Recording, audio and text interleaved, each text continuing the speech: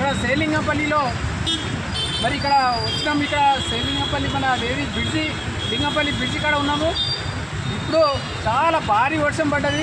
మరి ఒకసారి ఇక్కడ మాట్లాడిద్దాం, ఏ విధంగా వర్షం పడ్డది, ఎట్లా ఇక్కడ ఉప్పొంగిందో ఒకసారి మాట్లాడిద్దాం. చెప్పన్నా, ఏ విధంగా ఇక్కడ ఈ బ్రిడ్జి అనేది మొత్తం మూసుకుపోయింది, ఏంది ఇట్లా? సంవత్సరాల నుంచి అదే ప్రాబ్లం ఉంది. 3 సంవత్సరాల నుంచి బ్రిడ్జ్ అదే ప్రాబ్లం అన్న.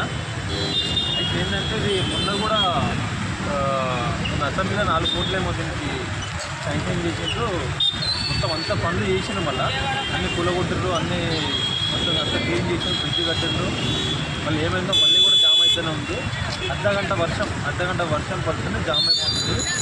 ఈ ఇంజనీర్స్లకి, అధికారులకి, లోకల్ కార్పొరేటర్లు, ఎమ్మెల్యేకే తెలియాలి దీనికి పైసలు ఎందుకు దండగా పెడుతున్నామో.